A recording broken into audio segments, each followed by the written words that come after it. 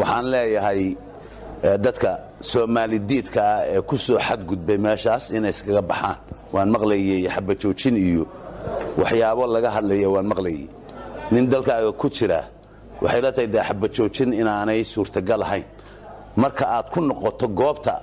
yaani aad ka soo duushay 2007 2007 bishii October markaas aynu wada hadli karnaa wali dhul badan oo Puntland sheeganayso yaa dhinaca shakaxiga meesha la yiraahdo og ilaa iyo labida gaatama Puntland baale oo xukunta hadda doonaysan inuu wada hadallo horta markii ugu horeysan bartii colaada iyo gulufka colaadeed ka soo qaadeen ooga dib ugu noqda markaas baa wada hadal iyo xabad joojin laga wada hadli karaa laakiin inta aad gambare iyo laas caanood iyo inta oo ka sukaysay yaa joogta waxay la tahay xabad joojinta lagu dhawaaqayaa inaanay ahayn waa mid dhicisa waa mid aan bislaan waa mid aan reer Puntland diyaar u ahayn